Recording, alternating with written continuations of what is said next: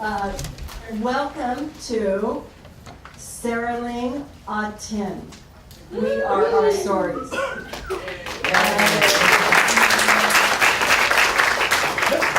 I'm Linda Hensley. I'm Dean of Humanities. I'm relatively new at Mesa College, but I am so excited to be here tonight. It really is an honor for me to introduce this event. It's not about me at all, but I was a former professor of communication, taught storytelling, oral history. That was my specialty. So I'm so excited about tonight.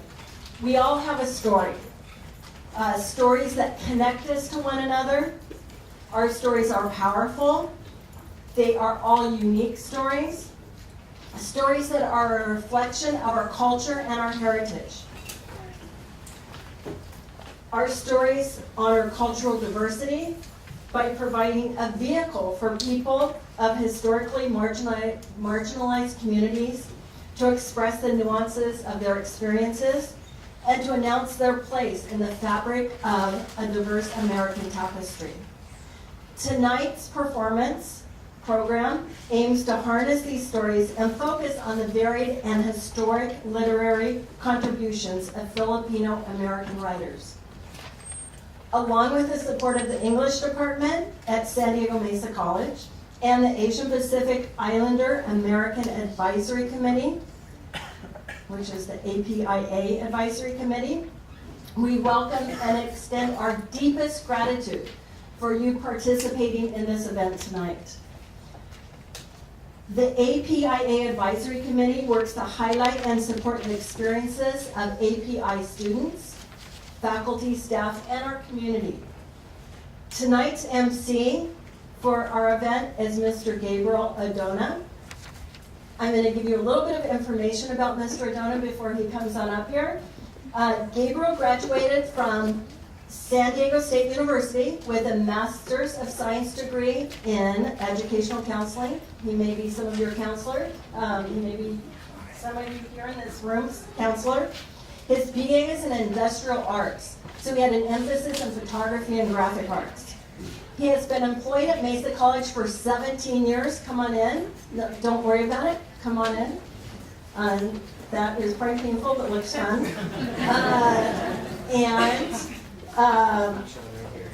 Prior to being at Mesa College for 17 years, he was at San Diego State as a counselor for 18 years.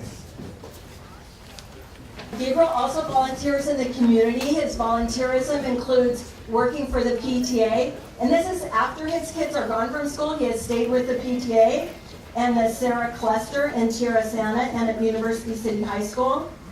Gabriel became involved with the Filipino community before entering college when he was dancing with the, I hope I'm pronouncing this right, I forgot to ask, the Pasikat dance troupe for 4 years, and then he was an original member of the Samahan dance troupe for 5 years.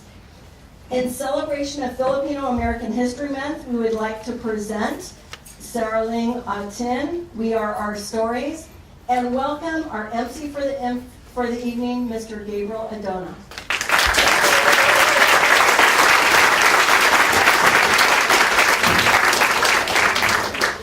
Thank you very much. I wasn't really sure that I was doing this until yesterday, which my son said, "What are you going to do?" He's 15. I said, probably read off this sheet and hope it works. I was doing okay until that whole class walked in. It looked like, oh, this is a good crowd. Whoa, that's half the crowd right there.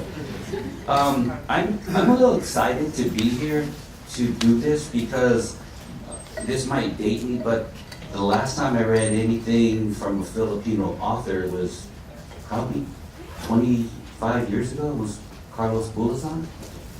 And so I thought, maybe I should look it up. I couldn't find my books. I got on Google and looked at some of his stuff. And I think the stories you're going to hear tonight, I think they're great because it's coming from people. If you look at their bios, they're not all writers. They're just people.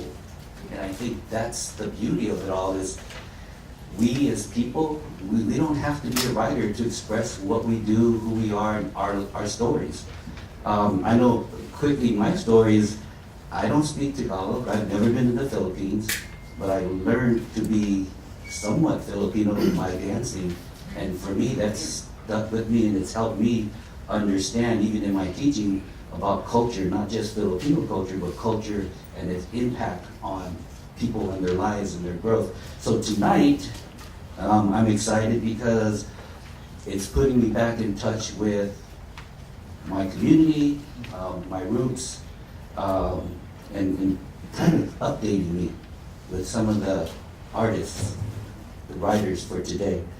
I'll tell you one quick story. Shirley Ford, my colleague, she asked me if I would do this, and I said, yes, I'll do it. She said, do you know Jennifer Derillo, right? And I thought, okay, I can play this off, or I can be honest. And I thought, if I play this off, I was like, yeah, does she have a new song? And I thought, no, I think I'll just be honest, and I'll just say, no, I don't know her, because I thought Shirley was trying to be hip and trying to fool me, right? But now I know I have another colleague who is a writer, is a teacher, instructor, just like me. So it's nice. It's really nice. So to kick this off, all of you have a program? Okay? All the people that just walked in, I hope all of you have programs. Listen, look at the upcoming events. I want to echo the support, the thank you for all the support all of you are giving us tonight. And but support these other events. It's really important that we push culture and history and people's stories, okay? So, let's go down the order.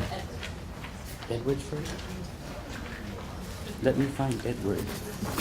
Okay, yeah. All right, let me introduce to you our first presenter, Edward Batotoy Aparis.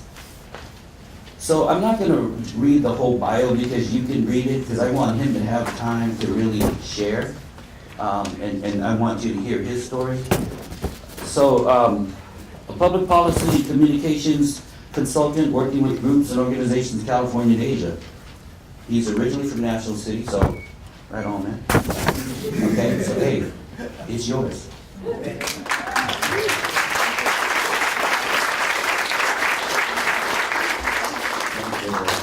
So I want to first apologize. There's some vulgarity in this, and right now I'm staring at my 3-year-old niece in the back. So if tonight she asked me afterwards, Uncle, why did you cuss? I said I did it for education. So hopefully it's for a good thing. So I'm going to start. Raise your hands if you heard of BuzzFeed before. All right. So I wrote this piece a few years ago, so hopefully you guys will relate to it. Yeah. Should be right here? I gotta be right here. All right, you're right. Okay. So, I was watching a BuzzFeed video from about a few years ago about Filipino food. My normally articulate and resonant, reasonable Facebook demeanor went from, I want to post things about NPR so other people could read it, from that to, fuck that, I'm going to cause a riot on Facebook. So this BuzzFeed video was about a Philippine-based fast food chain called Jollibee. So if some of you guys may not be familiar with Jollibee, it's a fast food chain like McDonald's. So these days, the mainstream has been accepting of Filipino food. But yet this somewhat old video of a couple years ago of BuzzFeed staffers taking cheap shots about Jollibee cuisine just sparked something in me. Some of them would say, little big bites, a BuzzFeed staffer once characterized as, it tastes like a sandwich made by a divorced dad. Another characterization of a Jollibee-like meal was spicy joy fried chicken, which is my favorite, dish in Jollibee. One BuzzFeed staffer said, it tasted like generic fried chicken with an Asian kick. Then he added, is that messed up to say proper, Asian kick? Yeah, fuck yeah, it was messed up. So I was going through this emotional, tirade, thinking about how this was going about. So yeah, it was messed up, especially if you're alluding to the Asian sidekick from the Green Hornet. The last staffer said this about Hala Halo. If you don't know what Hala Halo is, you should try it. Hala Halo, I hate it. I'm not a fan. That last comment about Hala Halo was the last straw that broke the cowbell's back, and cowbell is a water buffalo. I couldn't fight this unrelenting need to start a Facebook uprising. So I posted the BuzzFeed video on my wall. Within moments, I flashed back to my childhood while posting it. So we're talking about nanoseconds. I was 7 years old. And that's me. Sitting in the back, I was imagining sitting in the back of my parents' Subaru station wagon, driving from church along National City's famous or infamous Highland Avenue. My ate, which means older sister, and I was excited that we were finally going to have Sunday lunch somewhere that's not a relative's house. It was a family tradition to have lunch after morning mass with our relatives or my parents' friends, which we call it the barkada. Traditionally, our lunches would be Filipino cuisine, not just the trendy pancit or lumpia that everybody knows. At the time, we saw it as pretty boring and non-American because we wanted to assimilate when we were young at one point. Panakbet, dinuguan, which is something you should try, chicken adobo, and of course, the most un-American dish that plagued our childhood existence as siblings, steamed rice that came from a dispenser with a Japanese script. Only the best rice dispensers come from a Japanese dispenser. Everybody knows that. So I was 7 years old in 1986. I was bombarded with images of food that we saw on TV. Family Ties, Growing Pains. Who remember these shows? Thank you, I'm not too old. I wanted what they were eating. I didn't know what they were eating, but I knew it wasn't what we were eating. I did know they had something like a cheeseburger with French fries. I'm sure they may have some sort of burger, and if those shows were American, then whatever they ate was American. So going back to Highland Avenue, we were driving down, we saw the typical automotive landscape. So if you're familiar with Highland Avenue Sunday, you know what I'm talking about. Lowriders, clunkers with solid blue plates, California. I used to just stare at those cars while we're driving past or towards McDonald's. And I was wondering, where are they going? And to which drive-thru are they going to be pulling into? And sometimes I wonder if they're having the same thoughts going through my mind. Dad, can we have McDonald's? Of course we can, son. By the way, my dad's in the back. McDonald's wasn't about just a hamburger. It was more than that. It was about a playground and a Happy Meal. It was about weekday afternoons and Saturday morning commercials of Ronald McDonald chasing the Hamburglar with interruptions of the Thundercats. And sometimes, defeating Mumra, back to resolving problems with a grimace, topped off with a public service announcement by a G.I. Joe named Barbecue. The magic of Saturday mornings and Sundays were wrapped in yellow, square, waxy paper that they put in cheeseburgers. They use in cheeseburgers. Look, Ate, it's McDonald's, sticking my finger out of the half-rolled down windows, poking the air towards those unmistakable golden arches. But that was my 1980s montage flashback, but it fades to a close. And I'm staring at my Facebook wall, back to reality, back to the present day. Shoulders to my ears and a shift in one keystroke. Where did this Jollibee-centric fight came from out of me? Why am I so angry about Jollibee? Why do I want to fight for a chain restaurant? Perhaps it came from my years of reclaiming my Filipino-ness at college, at UC Riverside, a Filipino-ness that I purposely turned my back away as a teenager, which seemed lost in childhood. Perhaps I was ashamed of my cultural roots with a desire to be more American, whatever that means these days. But during those reclaiming college years, I delved into everything from lapu-lapu to Larry Itliang. I would search for Filipino restaurants in the Southland of Los Angeles because Riverside was nearby. Everywhere in the Southland. When I returned to San Diego, I engaged in community work for my kababayan, which means people, for my community, in San Diego. In some ways, I was a born-again Filipino. Even my non-Filipino friends wanted to learn more about my ancestral cuisine from my self-professed expert knowledge. I would tell them about blood meat stew and bulot, and you should try bulot. Don't ask what it is, just try it.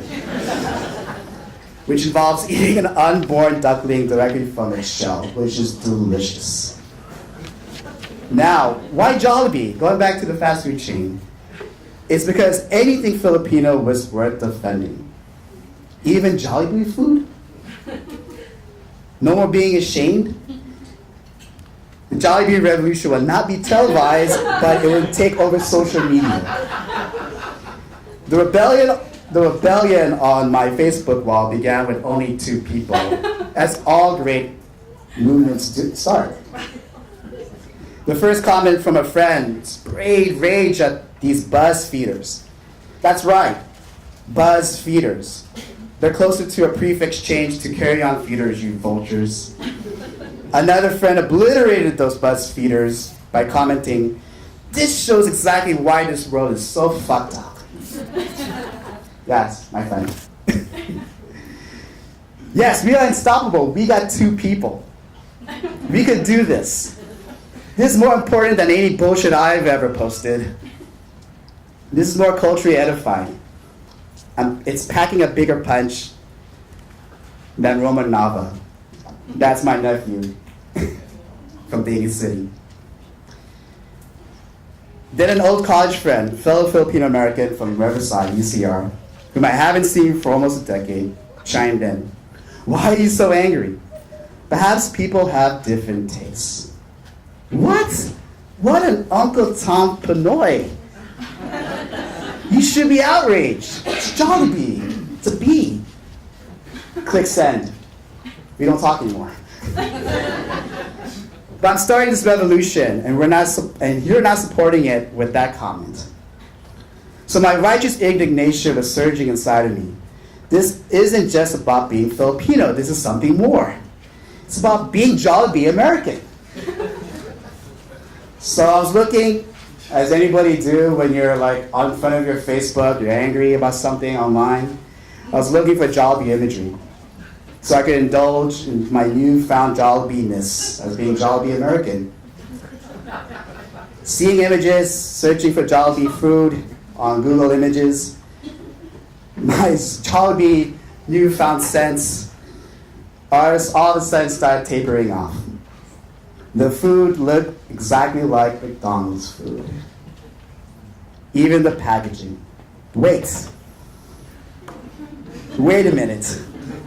Was eating Jollibee in the Philippines similar to eating McDonald's in America? Oh man, I totally got fucked up at that. This must end.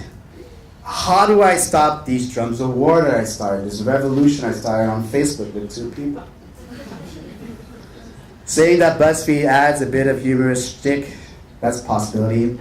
But luckily a friend of mine, a non-Filipino, actually kind of toned me down when she said, you know, sometimes BuzzFeed does take a little bit of a cheap shot at certain things. And she was right. It adds a bit of humorous shtick of being judgmental towards anything. And I said politely, click light. So after arriving back to my senses, perhaps it's an issue to be put at rest, for now. But now it's time to just flood my wall with other news about other things that are more important. About today's pressing issues and about our movements. Thank you for listening to my Jollibee American story.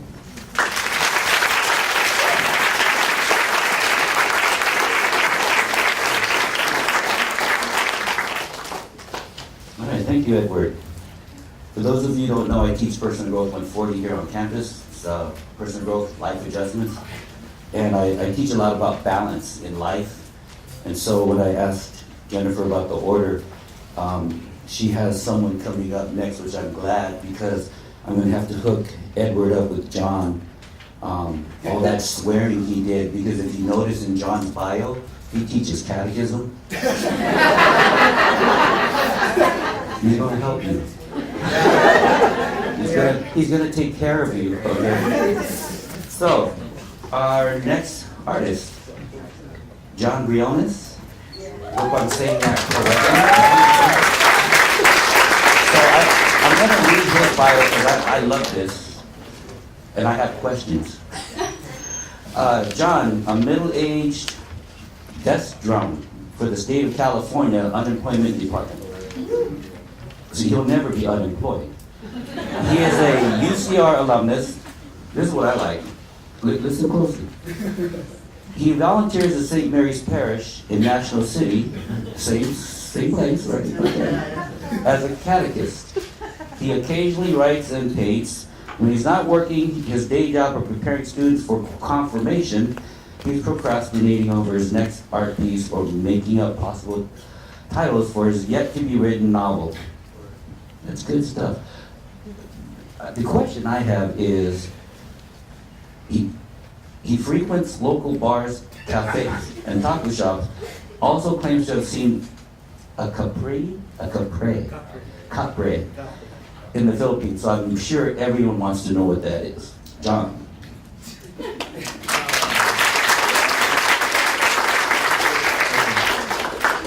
To answer the question, capre is like a Sasquatch. So, I feel kind of bad now because I have cursing in mind too.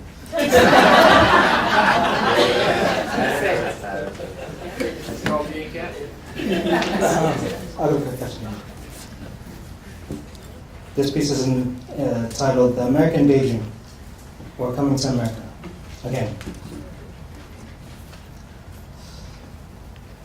I sit at my cubicle all day in front of a computer. We don't deal with the public, so at least I don't have to show up to work in a suit and tie.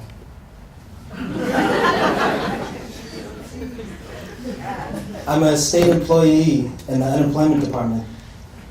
The formal name is the Employment Development Department, EDD. EDD, every day is different. Bullshit.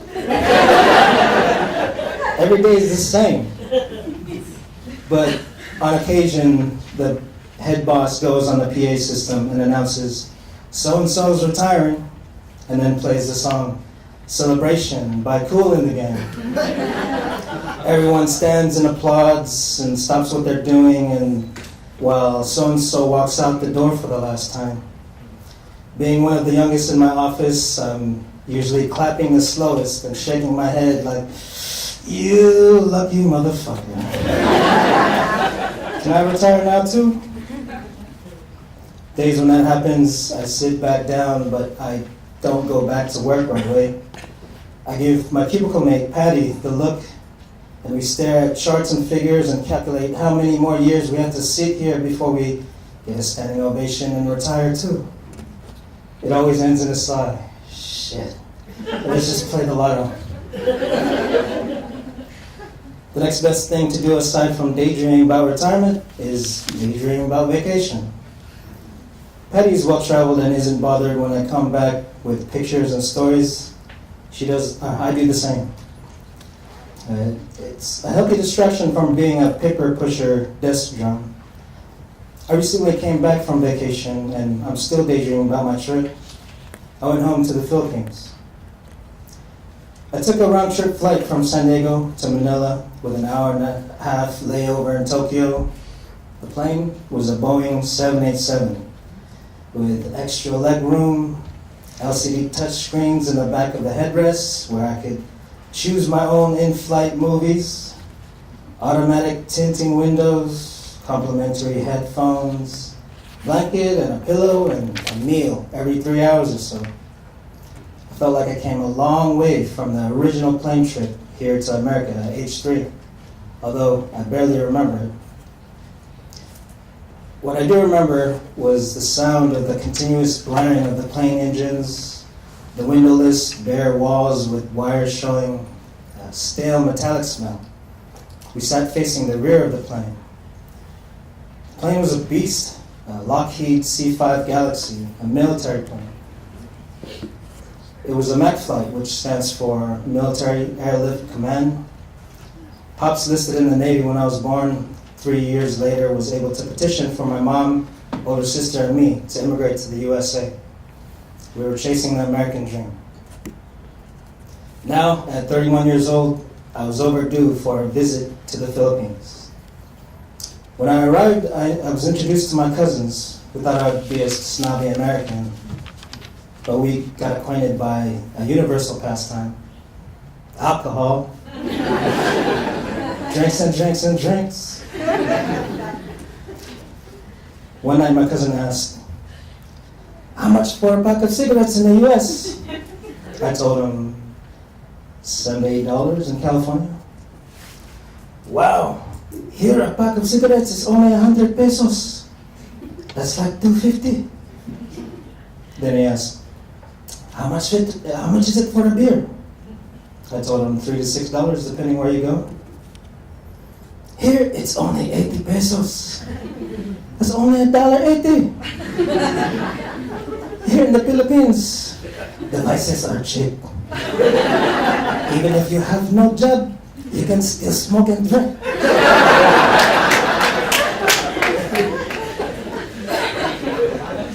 My cousins got me to eat all these exotic foods: barbecue chicken intestine, duck fetus, goat brain, pig blood, a one-day-old chick, and dog meat.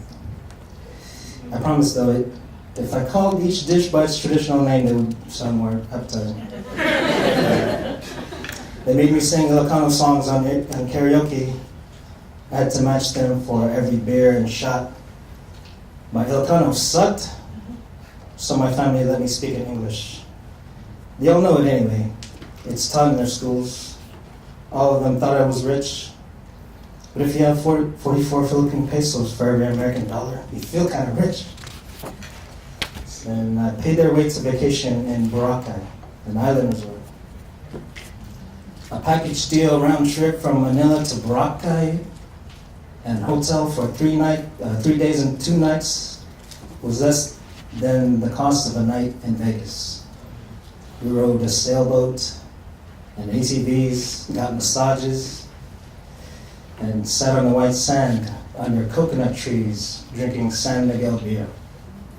I got badly sunburned, but I felt alive. I was able to convince them that I wasn't snobbish, but still American. So I revisit my roots.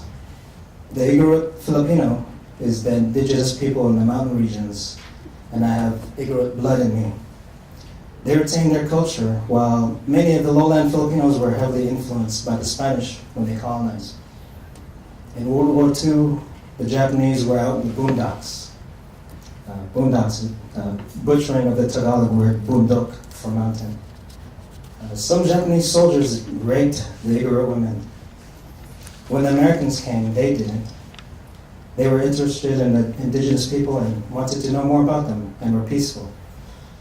They helped build roads and established cities in the mountain regions. One such city is my hometown, Baguio City, in the province of Benguet. Because of the high elevation, it's known as summer capital.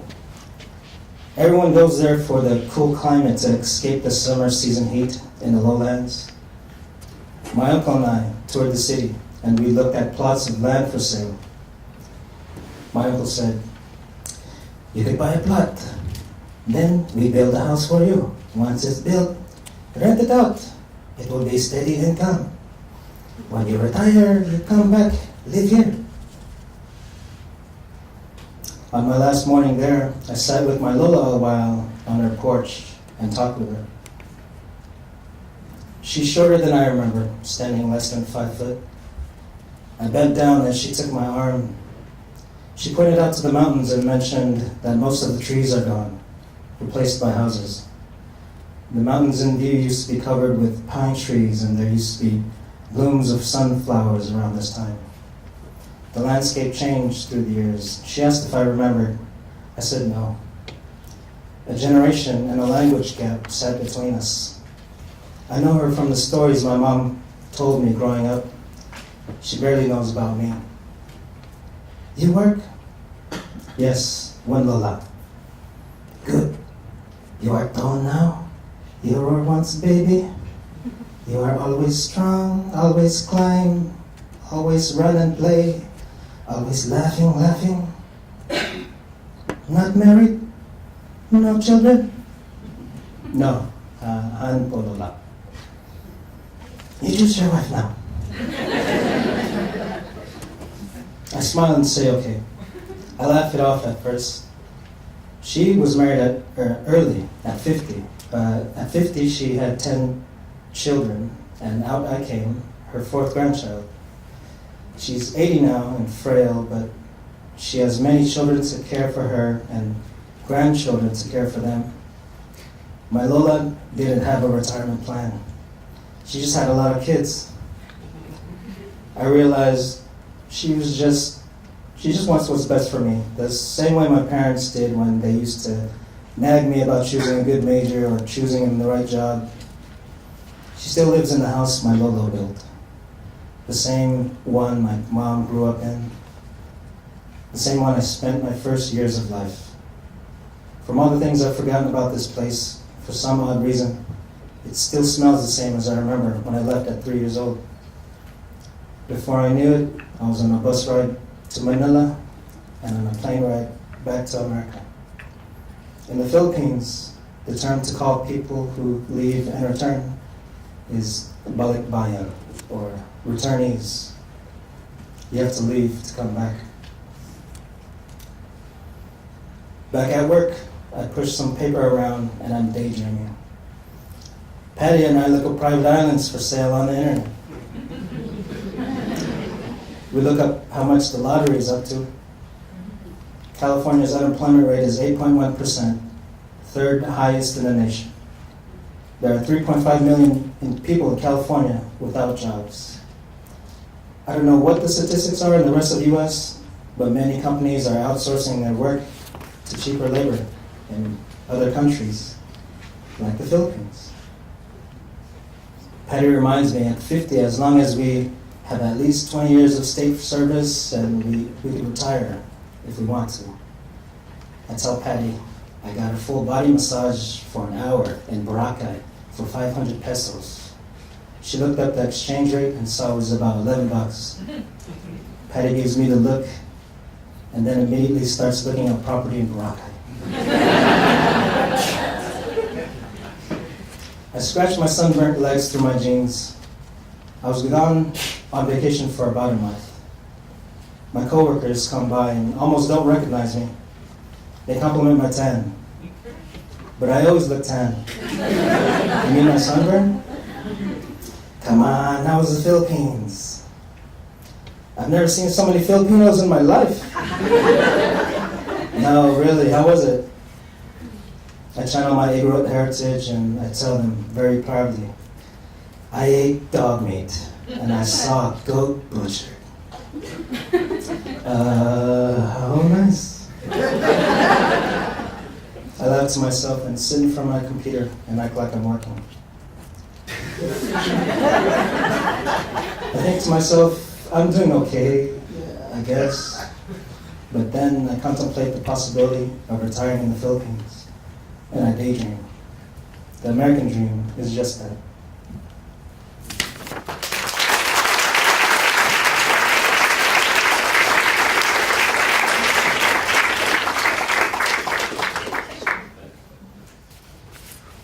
Thank you, John. I guess that didn't work. Did you check on your niece yet? All right. When I got here tonight, I thought, man, I gotta be proper. I gotta be formal. I gotta do all this. The dean, president standing right in front of me, and I hear these guys like, well, screw that shit. I can just be me now. Let's see. Ella Di Castro Baron. Is it Baron or Baron or Baron? See, I can say it either way. I can be real American or I can try to be Filipino. She'll correct me, I know. Real interesting. Second generation Filipino Americans in the Bay Area who earned a BA in English literature from UC Berkeley and an MFA in creative writing from a real university, San Diego State University. Just kidding. Full-time wife and mother of 3 children. Take note, folks. She works, right? That's it. That's work right there, yes? Please read the rest of her bio. She is an instructor at San Diego City and Brandon University, and other times writer and public speaker. She's published. She's got some great stuff. Ella's first book of creative nonfiction, Itchy Brown Girl Seeks Employment, was a finalist with the San Diego Book Awards. So, welcome, Ella.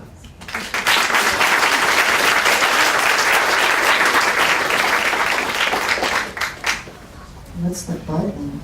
The middle? The right? Oh, okay. Hi. Any Berkeley alums? Go Bears. Any City College people? Go Knights.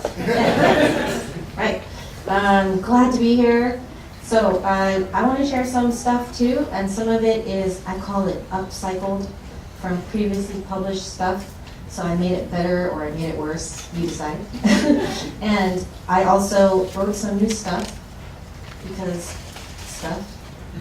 One tip I have, if you're gonna have kids and try to work and try to do art, is force yourself to do it. So I signed up for an online class and they're giving me homework and I'm nervous, I don't wanna fail. So I really like when we get together like this. And hey, are you gonna write your story when you get home? Are you gonna write your poem when you get home? I'm going to paint that picture. Okay, so when I was looking for research to show my class, because this is Filipino American History Month, there's an article in Everyday Feminism called 4 Ways Colonialism Affects the Everyday Lives of Filipino Americans. It was really good because it's got 4 categories and your students can outline and annotate and quote, cite, paraphrase. You know? And then I realized like this being of colonialism is the bigger story of America right now. It always has been, not just Great Britain, it's an American thing. And so I wanted to give my version of the 4 ways it has affected my life. So I used the same subtitles and I'm just going to share. Thank you, I did this mural. I did not do this mural. Okay. I know, it's famous. This is a hashtag #MeToo response. If you think about colonialism, it is an assault on all levels for people. And I know I'm not the only one here. I know if you're female, if you're an other, this is your experience too. Hopefully we can find some convergence. Okay, so this is something that started happening when I left the house to go to college. And my kids are here too, so they already heard all the bad words. Here kids, this is my thing for you. You guys all know this? Backpack kid. Wow, you're so different looking, one would say as he grabbed my hand on the dance floor. I'd smile and keep dancing uninterrupted. As he insisted we hang for several songs spread out through the night, I eventually heard the label. You're pretty, in a way that's so exotic. Sometimes he even added, has anyone ever called you that? Foreign, brought from elsewhere. Oops, not native. Oh, I forgot to show you this. I'm sorry. Rewind. This is the first point. You are always encounter comments about the darkness or lightness of your skin. Oh my gosh, this is, okay if you're taking notes. Photo. John just talked about this. Where's John? Hey, the Igorots were a mountain people, are a mountain people in the Philippines. In 1904, the World Fair was in St. Louis, in our very own country. They hired an anthropologist who built mini villages, and they put 2,000 people from around the world in these human zoos for people to look at. And this is they grew up people that were taken from their home, and you can see the rich non-Filipinos watching them. And they actually made them do the dog eating ceremony twice a day as part of the show. Continue. Foreign, brought from elsewhere, not native. This, a chorus crooned on repeat by strangers, become dance partners, remain strangers, in bars or walking down the street, minding my own, too often to count. The imported word, a shadowed truth that my allure was no more than a superficial caricature of the me love you long time, and me, so horny, Asian honey. Still, I chose to accept it as a compliment, not a premeditated reversal of feminism. Even as I learned from my teaching assistants, professors, and classmates, go Bears, just how righteously angry I needed to be at men who objectified Asian women this way, I liked being called this kind of pretty. I told myself attention was attention, and man tension, all the more fulfilling. I enjoyed their dark eyes groove and gyrate up and down my petite brown frame. That was like 25 years ago. Squint, and it works. Maybe because they seem to overlook my un-American flat-chested demise, some things don't change, and instead celebrated a disproportionately fuller butt framing large Asian dense calves. To these men, the darker and kinkier the sweat made my hair, the better. The less contained I got, the more they unraveled in glorifying me, and the more I could be fully myself. These are Filipino superheroes. Walking home with my girlfriends, I was sweat-soaked, shaken, and stirred, slaked for the night. Number 2, you are an invisible minority. Wonder how we got here? Okay. This refers also to the American dream, but so often when immigrants get here, not just Filipinos, we find out it's the myth. And this is part of our erasure, is not ever being accepted, starting from historical laws. This is a story about what happened to my dad and how that lie or the myth crept into his blood, and maybe ours. It's called Thou Shalt Not Murder. Luke 23:34, forgive them, Father, for they know not what they do. That was the semester my father got his cold, hard evidence of my mom's affair and told my sister and me to our faces. He later confessed, after following the mail trail to the small yacht our mom was living on part-time with her boyfriend, he bought a gun. He was going to drive to the waterfront, shoot her, the boyfriend, then himself, and hope his daughters could collect the $100,000 life insurance to survive the rest of our lives without him. He deemed that kind of tragedy a better life than the alternative of enduring our family's dissolution. Papa couldn't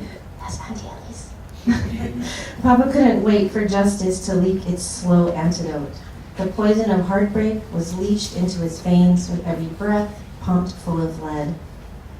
On the way to the boat, he drove past St. Vincent's, the prettiest and oldest parish in our town. It was my dad's church on holidays. He was a Holiday Inn Catholic. He walked in to pray one last time to ask forgiveness for what he was about to do. Does one light votives for premeditated sin? An obedient, colonized convert from the Philippines, he could have done enough penance to be absolved for the double murder. But I'm pretty sure he knew suicide was unforgivable. It crossed all Christian religions, Catholic and Protestant. How could he not? He walked in to relinquish all rights to any part of heaven he might have earned at the end of his life. Then he said, sitting there, something happened he can't or won't explain.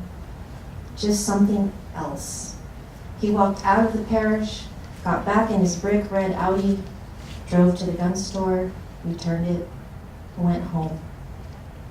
Instead of making peace with God at what he thought was his only answer to the unraveled American dream, he re-enlisted into the Merchant Marines, moved home base 7,000 miles away from our Northern California cul-de-sac, back to the Philippines. remarried a shy, lonely, unambitious old maid. She was like 32. Her most endearing quality, she never aspired to come to the United States, and buried 24 years of life with Mom in leftover war trenches in the land of milk and honey.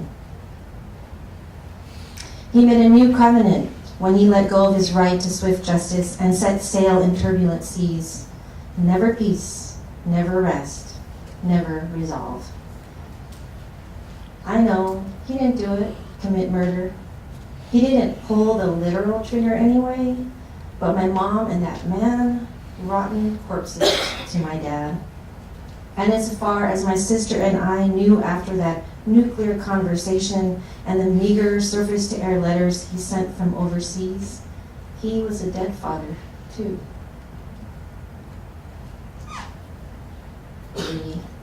You're told that white partners are more desirable. Anti-miscegenation, anyone? This is a law that forbid white Americans from marrying non-white Americans, and this is a picture of people protesting race mixing is communism. Stop the racism. March of the Antichrist. This is a picture of me marrying the Antichrist.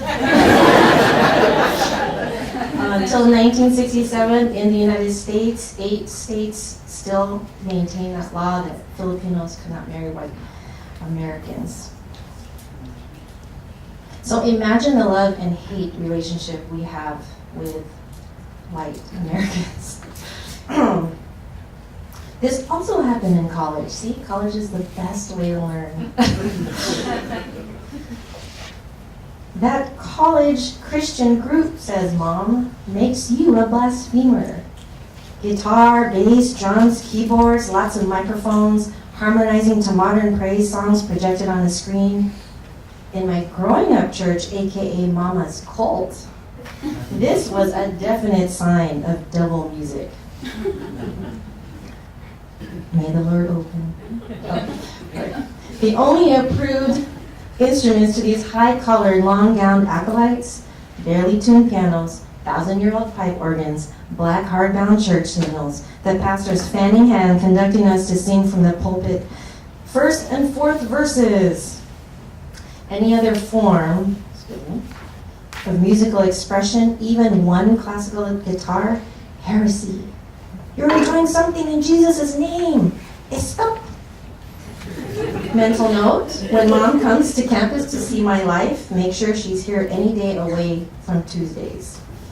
Across the pews, the singing boy with arms raised high in song, whose misty ice blue eyes mushed my guts, wobbled my knees, flushed my cheeks, unhinged my mouth and imagination, who woke up one morning understanding finally there is no such thing as God.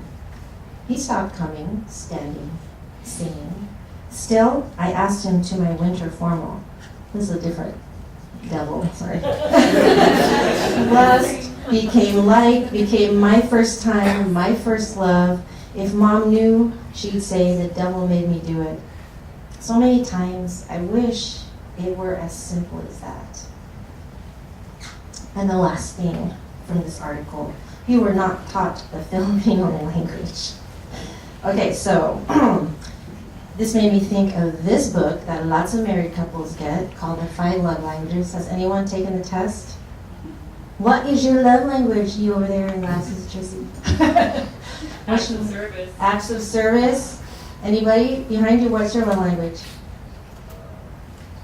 These are them. You don't have to take a test. So basically, if you know how you feel loved, it's one of these. They say people have 2 dominant love languages. So words of affirmation, quality time, gifts, like things, tchotchkes, kalat, whatever. Acts of service, and physical touch. There is a very common love language in certain cultures, right? So guess what the Filipinos have as a love language? Juicy's part Filipino. Acts of service, right? Serving each other, right? Cooking, doing the chores. There's another dominant one we have that I'll let you figure out, maybe, culturally. Okay, so think about that, but also, I'll go over here, pretend I'm making another point.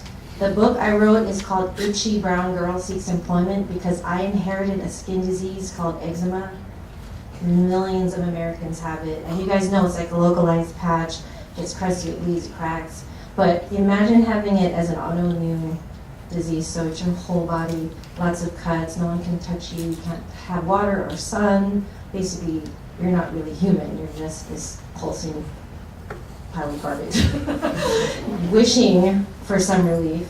So every now and then it will flare up in my body, and I think it's interesting that if you think of the love languages, that it crosses out certain ones for me.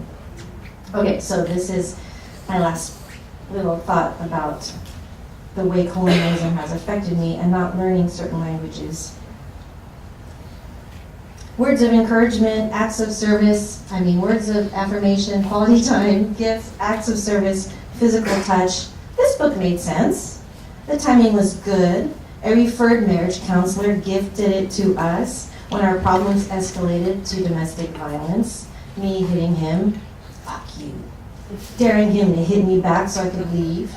Him restraining me when I tried to leave to the house to calm the hell down. Quick book study, not love dialects, those kinds of words, or physical touch. We all have dominant ways we speak love to others, and that's how we subconsciously expect to be loved back in that language. No surprise, my top two, acts of service and quality time. Just Google, how do Filipinos show they care for each other? And one of these tops the list. Doing chores without being asked evolves into gracious hostess, i.e. show off hospitality at parties and Bible studies. Quality time may suggest spending quality or time talking about quality life topics, but not so with us Filipinos. We definitely balk talking about anything real. Before my papa died, he told me, I love you, one hand count times. He flew from the Philippines to California to give me away. He nodded at the pastor when he said, who gives away this woman? He smiled through our father-daughter dance. He confessed he was afraid to come back to the States with all the ghosts of his past here, but felt joy seeing our cousins, all 300 of them, at the wedding. He did not tell me he loved me. QT is huge family fiestas with endless plates of lumpia, rice, pancit, and troughs of stewed and fried dishes. Filipinos be like. In youth, it was garage parties with tape decks flipped from A to B side, practicing breakdancing, popping and locking. It was ready. I'm gonna do the snake. Just kidding. It was biking around our enclaves with other military working class neighbors, gossiping about who got pregnant, who was cheating because no one officially divorced, who had a new leased car, or the latest Jordache jeans and brand name knockoff. Chinelas is the word for slippers. And chanelas. It was holiday midnight masses. Quality time replaced our family gift giving because we have immigrant frugality in our DNA. When the inherited skin disease flares, it can persist 2 to 3 years. The worst logical thing is touch. I'm today's leper. But if I heed what my body needs, I'm touch-starved. I want my husband to ignore the deforming rashes and stroke me.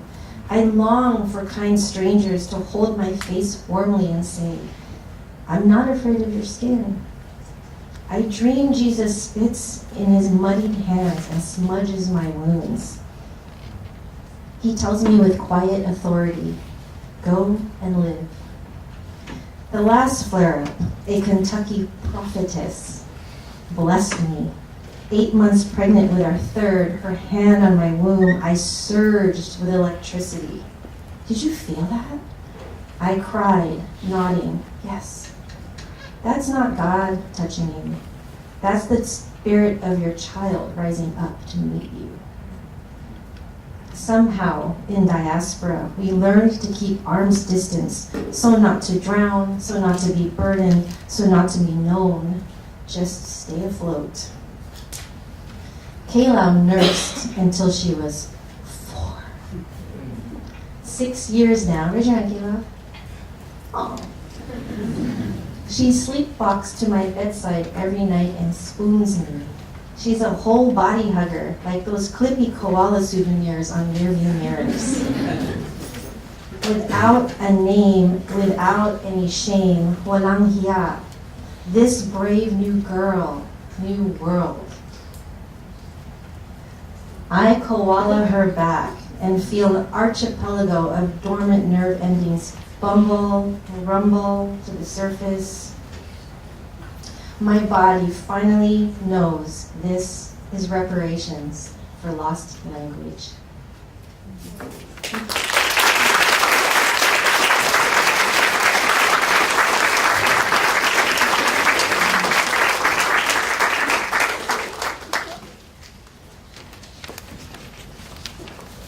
I don't know about you guys, but I'm tired now. Wow, that's good stuff. All the Filipinos were sitting there going like, that's my life, right? Yeah. But I think we all can relate to things like that. I'm hoping we all will be able to relate to things like this after tonight. That's what this country needs. Understand each other. Okay, we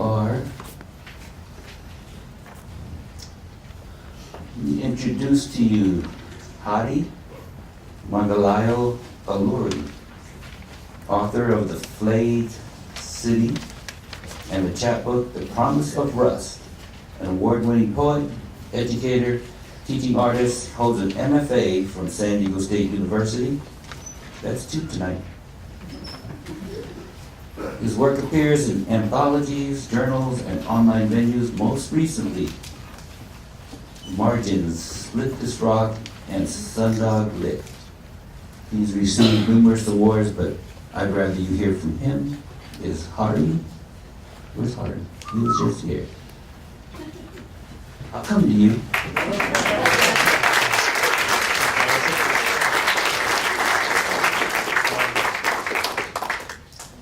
Thanks, folks, for being here.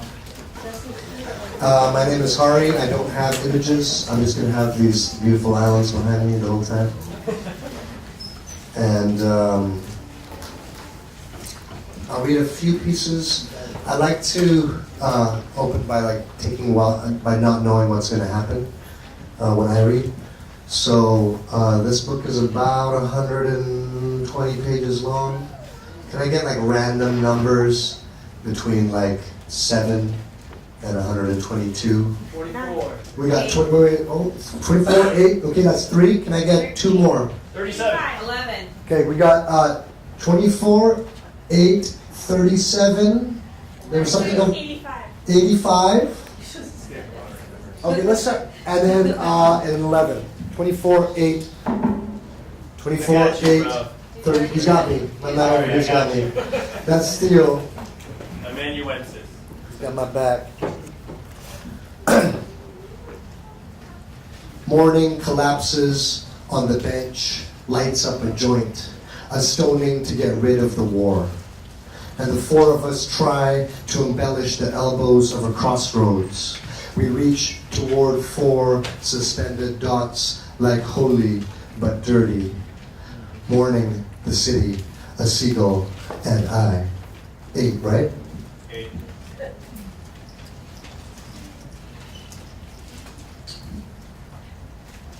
Like the wind teaching trolleys to stop.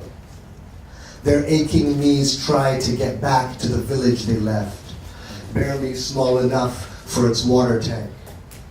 Serenity, perhaps on the gravel that abuts white lines to fit a vehicle between, or on a trolley that shakes the word stillness back to a pond. Gulping down mouthfuls of streetlights' last glow, I study the world for the ceremony of boulders. A contraband tongue stands for an anthem inside a highway exit. Flute-like and long, the original names of townships ask us to celebrate their pronunciation. We appear compelled, but do what we do. We know we are ugly because we need soldiers. 37. What should I become? I knew the goats were going to come back, by the way. What should I become? I bump into this question on a path frequented by dusty goats. When I'm apprehended, what then? A street light offering vagabond heroics or an offbeat dance the drum should refuse. I remember the man who chastised his dog, the pavement sweeper who drank with us a goat path of years ago. He might say it's foolish to trust either choice because goats are always smiling. There's one more here. You got two. 85.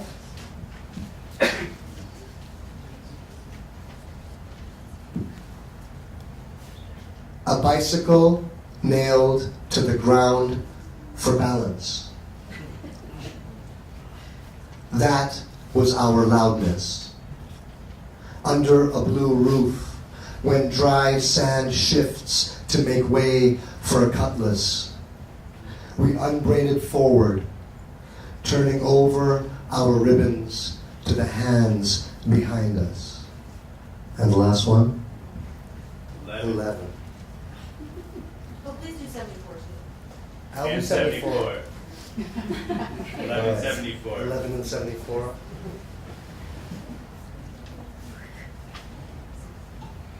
This is the one with cussing in it. It's thematic. Well, actually, there's a funny video like, it's like it's dating me like 9 years ago, and it's like Ask a Filipino, and it's one of the cats from who knows Blue Scholars? Anyone know Blue Scholars in the house? Word. Their manager answered these questions about like Ask a Filipino, you know, and one of them, actually my homeboy Khalil did it, and he's like, why Filipinos so loud? And he's Haitian, and then he started being all loud and stuff like that, right? Like, and oh, it's my cousin. He started yelling and stuff like that, and then you know the guy doing the video was like, you know, sometimes like after 390 years of colonization, you just fucking get loud, you know? Right? And then the next question was like, why are Filipinos so quiet? He's like, sometimes after like 390 years of colonization, you just get quiet. Apparently tonight, we're swearing. Sweat It Out by Morning. The book is set in a kind of like a secondary world, which for those of you who like sci-fi and fantasy, it's like a world very close to this one, but slightly different, you know? And it's a world like this one, which is in which there's much migration and displacement and war. And it allowed me a way to talk about the migration, displacement, and war of our times, while at the same time riffing off of the types of writing that I love, which are often like sci-fi and fantasy. And like surrealism and not surrealism, and like magic realism, and like our actual stories and the superheroes who were like real. They're real, by the way. They might be dressed up as superheroes in that particular photograph, but our spirits are real as fuck. And some people are like, well, how come there's like Filipino language and like South Asian language and mythology, and you know, and like Nigerian, like Yoruba language and mythology, if it's like a near world and all like this one? And I'm like, I wrote the book in English, so you know, why can't there be Filipinos and like other folks out there like that? Anyway, so this is in the voice of an uncle, a pavement sweeper who you already heard in a previous piece. It's one of the few title poems in the book. Mulch and fuckery. Drag your shit shoes through my work without so much as nods.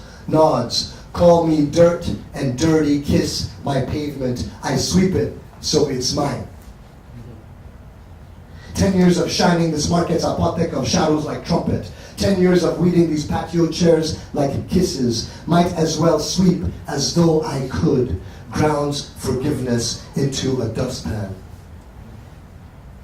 This street will be my face wiped clean. Will make all passing eyes chirp, chirp, no lookaways when they take it in.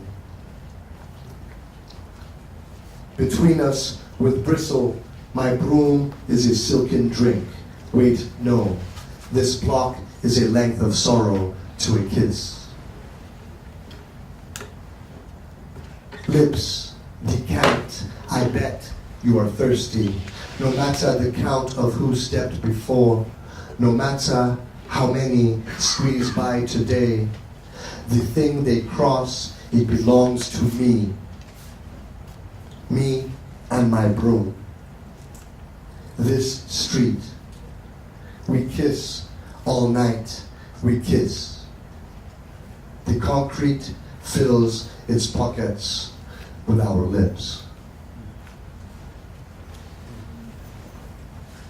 74. I actually had this one set aside. So thank you for who called out 74. No, and this one, in this case for Ella, and actually for all the folks who spoke before, for Jollibee America, and for finding a way to answer your Lola, for all of that. No language can ever be enough. Only the dirt will wash us clean, the way it must sound. And I cling to the languages, the dirt I've lost, with the one that clings to me. Take a little break there. Thank you.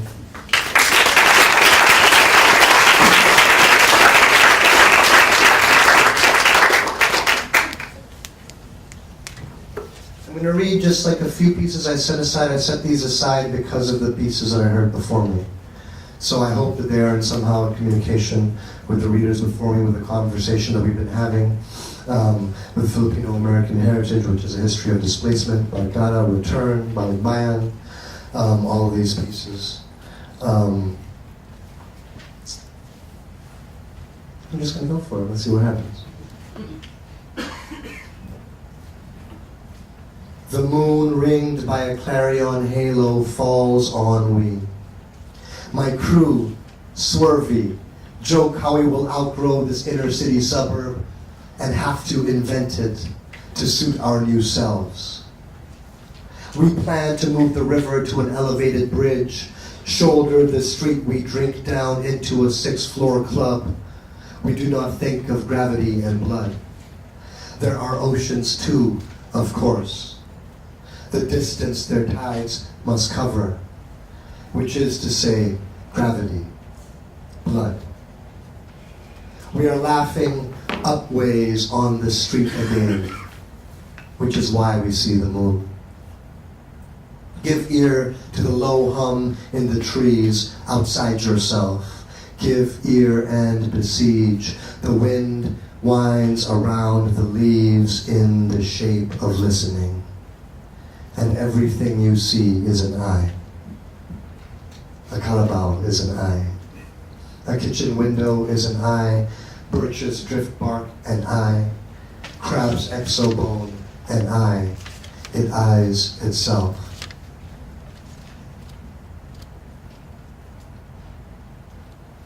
A warning.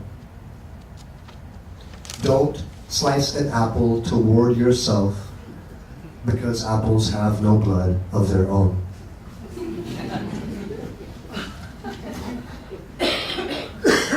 We promised each other we would steal a sign from our childhood, but a pavement sweeper warned us of the history of its name, warned us that between avenues we searched for a better past. Uncle, we called him from then on. We drunk walked like pebbles of cinder block in rain. Uncle squatted, dropped his smoke, lowered his heel. Uncle. The easiest things to step on seldom reach across the sea or from the past. Later, he would duck off to piss. The day he left us mutters now, a jersey dank against my skin, yet another accent to falter every couple years. In another city, I duck off to piss, as an homage. No one greets me from across the street. Phil, you filthy piece of trash, what's up? Our inside jokes reduced to a dog. Fur painted with soot, sniffing at shadows. The shadows, ham-fisted at being anything but shadows, well up against the four bodies who made them. Under chapped electric wire, our dewdrop of a love song. From my hands, take this city, not made by my hands, my strange, my beautiful brother.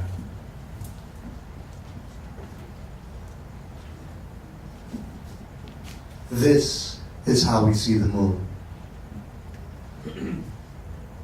When the thunderhead blots its light, the ring thickens to a shoreline.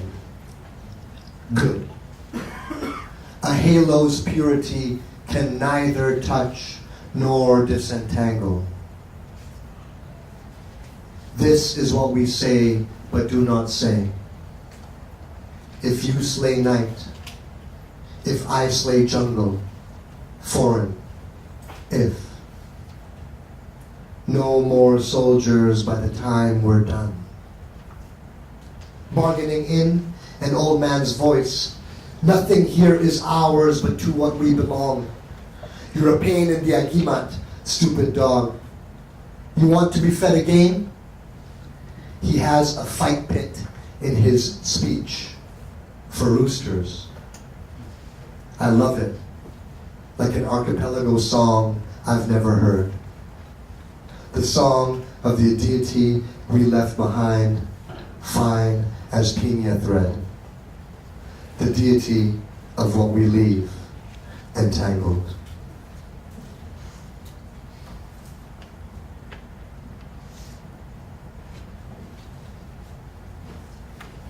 I think I'm going to find one more or two more, find my way out here. There's like one or two things I just kind of was looking for that I wanted to say. This and then two new pieces that I'll tell you about them in a second, but this is from the last piece from the book for now.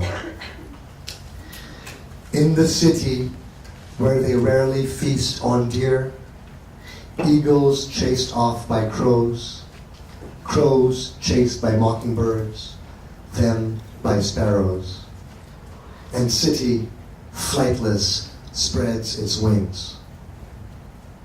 This heaven we invent leaves and leaves not enough room for darkness.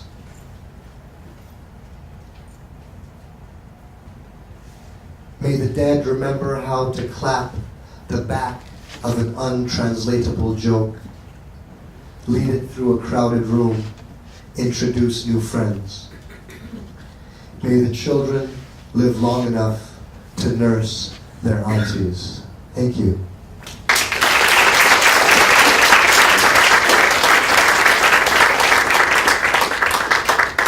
I'd like to thank Mesa College for allowing me to charge my phone so I could read these last two poems off of my phone.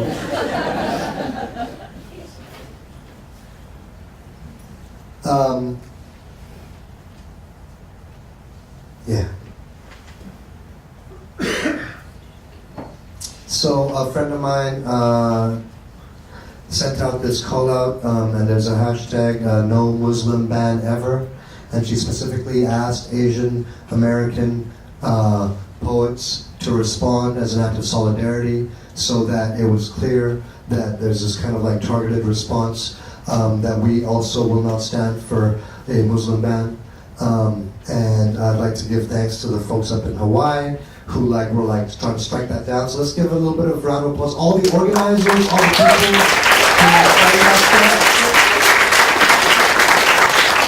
stuff. All the times before and this time and all the times that may come again, no. And so they asked us to write a few poems, and I wrote these two. And this one is a few wishes for future not ever banned immigrants coming of age over here. May you lose your balance while undressing for a lover beside the kitchen freezer. Then, with a movement like dessert aside for after, return the hum of the fridge to its rightful place.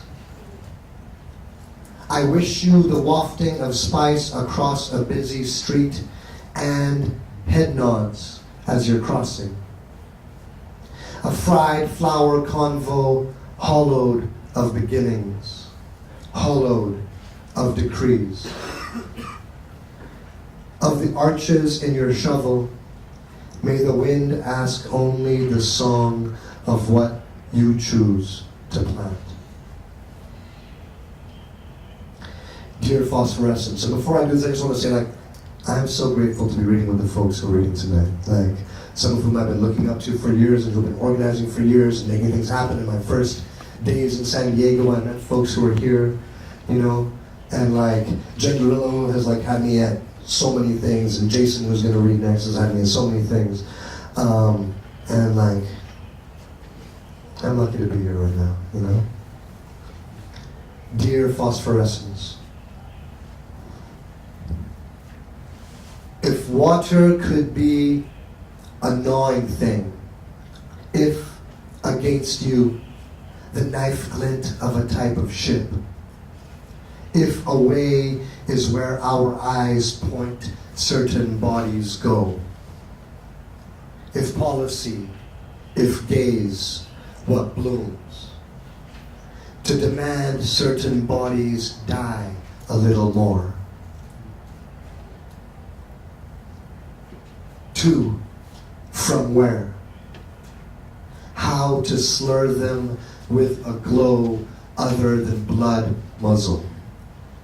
If yours, too, is a language made for prayer. Make what type of bed to tuck a country in. Heroicize in what order? Tenderness of lack. Allow me the time you take to dry yourself in ocean, gnawing at whose insides, as if a home. Thank you.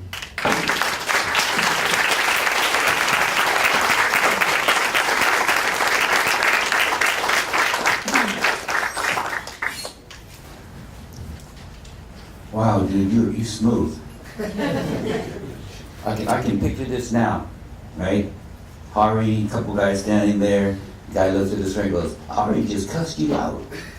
Yeah, but he's smooth. he did that so smooth, but I still think I need to go to church Sunday now. My goodness, y'all. All right. Coming all the way from this traffic jam in LA. You can tell these guys are writers. Just look at their bios, man. That's pretty good stuff. Assistant professor of creative writing at Cal State San Bernardino, author of 2 hybrid collections of poetry and prose. You can read about all that, but here's what I want you to know. His performances have been featured at notable venues as the National Asian American Theater Festival, International Conference of the Philippines, La Jolla Playhouse. Dr. Perez holds an MFA in Writing and Consciousness from U College of California and a dual PhD in Ethnic Studies and Communication from UCSD. Welcome, Dr. Jason Magabo Perez.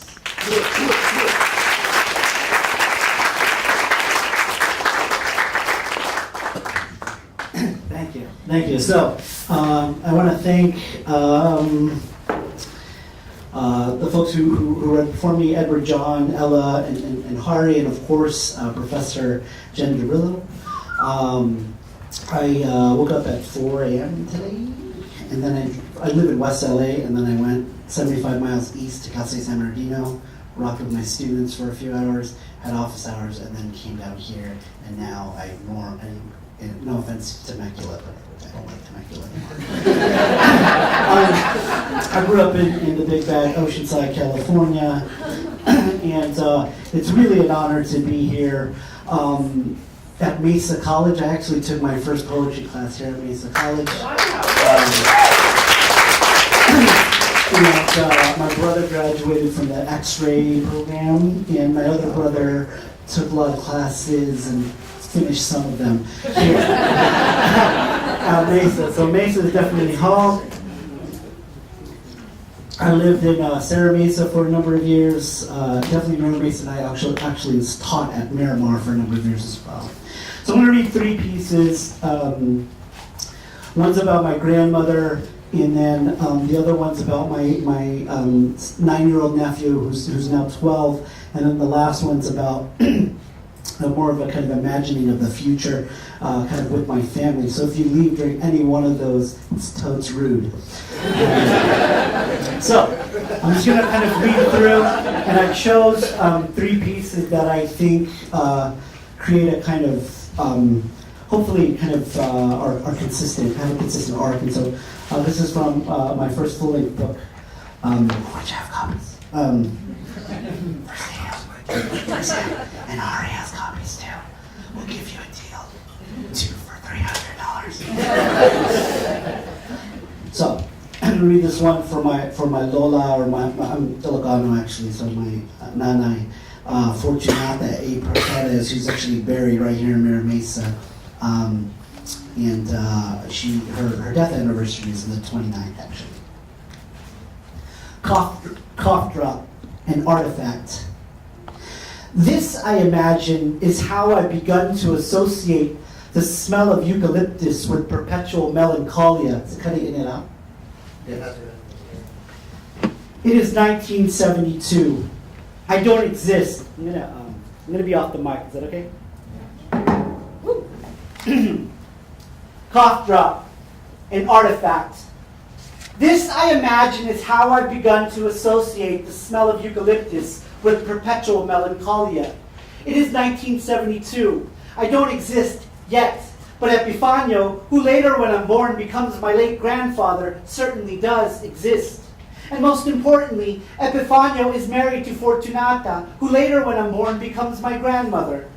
I imagine Fortunata, not yet my grandmother, in 1972 at the airport in Manila, which at this point is not yet Ninoy Aquino International, to smell of stale cigarette smoke and beer, and to be wearing thick plastic eyeglass frames, her hair tied back tightly, her pantalones pressed neatly, her dark red lipstick perfect, and her hopes and fears of migration nestled in the crevices of her tiny little face. Epifanio, I imagine, is not nervous at all. Epifanio, I'll later hear, promises and promises to meet his beloved Fortunata in the States. Once they're children, one of whom will become my father when I'm born, the rest of whom will become my aunties and uncles, are settled. Today, in 1972, Fortunata is leaving under the condition that Epifanio, her beloved, will follow. It is more than likely that Fortunata doesn't want to migrate to the States. I'm too old, she is thinking. It's not worth it. Fortunata has heard so very many things about others who have migrated.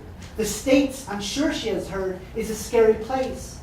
Fortunata, I'm certain, has had nightmares of being robbed and pushed on the street by odd-looking people who have soft hair and angular noses. Those odd-looking people who have soft hair and angular noses are the same odd-looking people who have soft hair and angular noses and the nerve and the history and U.S. passports and look so lost yet so entitled here in 1972 at the airport in Manila.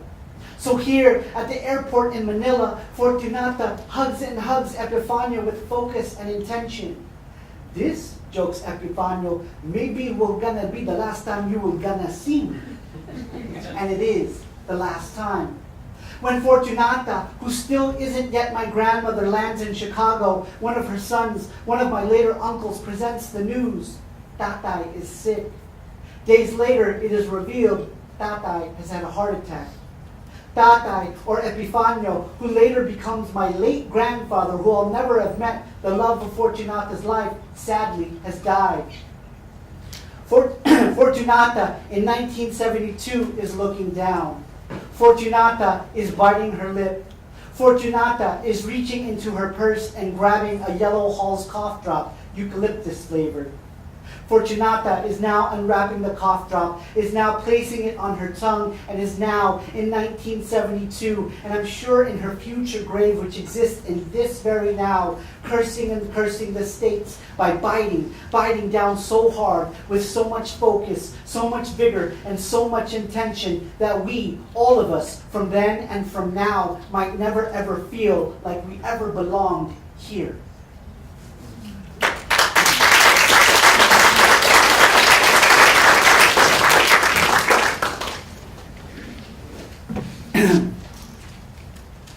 For your solitudes crowded with loneliness, letter to my nephew. You and I are standing at the bottom of Grandma's staircase. There's a Buzz Lightyear figurine at the edge of the step. Perhaps Buzz is ready to fly or fall with style. You are not yet 3 years old. You point to Buzz and you say, "Buzz is sad." And I say nothing. But I wonder how you know sadness so soon. I wonder how you came up with blaming your cousin for breaking your heart. You press your little palm to your chest and say, "God put my heart here and she taped it out and braked it." You got mad Buzzes, every size, every color, the good one suited in white and lime and purple, the evil twin in purple and gray, the pudgy one, the talking one, the one with a laser that works, the one fastened to a rocket which is fastened to RC. Isn't it wonderful how this scene became the toy? Buzz with a flickering laser, Buzz with a jam laser button, chip-faced blue Buzz that Grandma found in the Philippines. Buzz with his legs broken off so he can now fit in the spaceship. Remember you used to write your Z's backwards? Bus? That's how it sounds when Grandma says it, bus. Then you go ahead and say something like, "Actually?" And on that word alone, Grandma lifts you with all the wonder in the world and says over and over, "Where did you get those words? Where did you get those words? How come you know all those words? Oh my God, Totoy, how come you are so good in English? How come you are so good and not in English?" You got that one-arm Buzz. This is the Buzz that Mommy fastens to the ring pillow at your uncle's weddings, one of your uncle's weddings, so you're not afraid to walk down the aisle alone. You're about 4 by now, and you already have hair issues. Perhaps you, like me, hate yourself on bad hair days, which for you, and certainly for me, might be every single day. You don't want that mohawk thing anymore. That was for 2-year-olds who had no say in the matter. You now keep your hair shaggy or comb it or don't comb it like the unruly hair of the white boys on TV. But you wonder why your hair was so annoyingly straight and black and flat and uncooperative, and you wonder why your part on different days lands on different hemispheres of your head. You wonder why you don't have freckles, why you don't turn red or pink in the sun. Now you want Phineas hair, or is it furred hair? Is it orange or green or spiky or flat? You're still young enough to let me dab mousse in your hair and let me part your hair neatly with Grandpa's comb. Later, you ask your cousin, "Do I look like a nerd?" You must be 5 at this point. You and Auntie are watching them white kids on Disney again. Is it Zack and Cody or the Wizards of Waverly Place? Oh wait, Selena Gomez is Mestiza and also Diddy Weekend. Anyway, you turn to Auntie, instead of saying what you said before, that you're tired of always being so small, you say as you stare at the floor, "I don't like being brown." You probably wonder why your Auntie and I look so lost and why Auntie decides to make you tell her who is brown. Auntie, Uncle, Grandma, Grandpa, Mommy, Daddy, Ate Bella. Auntie asks, "Do you think we're ugly?" "Of course not," I hope you say. But you simply say, "No." And stare at the floor as if you're thinking about disappearing or flying far, far away. You now make it a point to tell Auntie that you like Dora because she's brown, and that you like Princess Tiana because she's brown too. You can call her black, it's okay. You're in kindergarten, in 1st grade and 2nd grade, and you're reading everything in sight and asking me if you're pronouncing things correctly. Is that Onion Bank or Union Bank?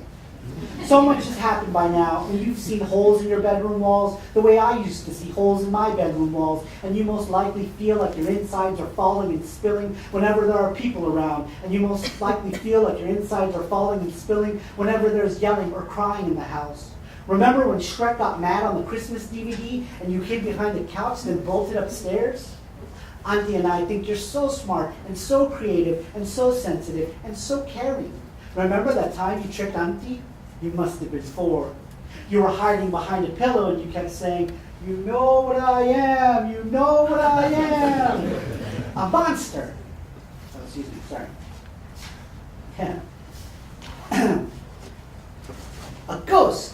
No, you said. Then you kept saying, you know what I am, you know what I am. A monster. No, you said, I'm a pillow.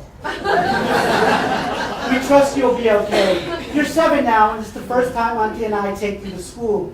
You don't want to be there, but you know you have to. You hug us, you kiss us, then you walk across the blacktop. Your Spider-Man backpack is way too big. It swings from side to side and throws off your step. Auntie turns to me and says, it must be tough being a parent. You just hope your kid will be okay. You toss your backpack in a pile and wander off. You're smaller than all of the other kids. Your jeans are too long. You fold them with big folds. You tiptoe across the blacktop. You're looking for someone. You're looking for something. I tell your auntie that you're looking for your homies. No kid on the basketball court asks you to play, but that's okay. You don't play sports. So you find nothing, so you find nobody. So you walk back to where your class lines up. You stand at the periphery of a foursquare game, and none of them kids invite you to play either. They don't even acknowledge you. I hate them all. You go to the other side of the handball wall, and you just sit, crisscross applesauce on the asphalt. You rest your cheeks in your hands, you watch the other kids have fun together, and you wait for the whistle to blow. This, says Auntie, looks like a routine. The sky is no longer gray, and the sun is out from hiding, and I have no idea what to say to you.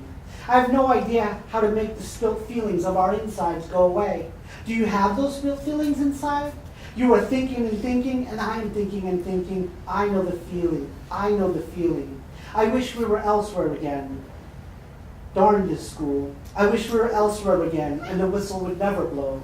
I wish we were elsewhere on a different day, not a school day, and I'm dabbing mousse in your hair, and you're drawing the maddest and saddest of faces, their arms and legs sprouting from their heads. Where are their bodies? And you're spelling and spelling English words for grandma.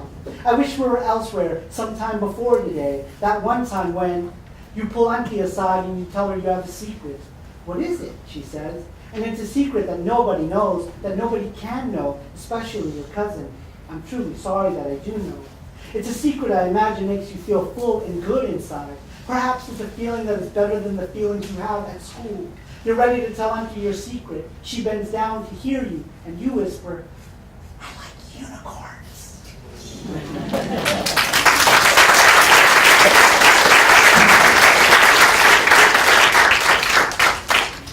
I'm going to do one piece, and I'll try to read it pretty quickly.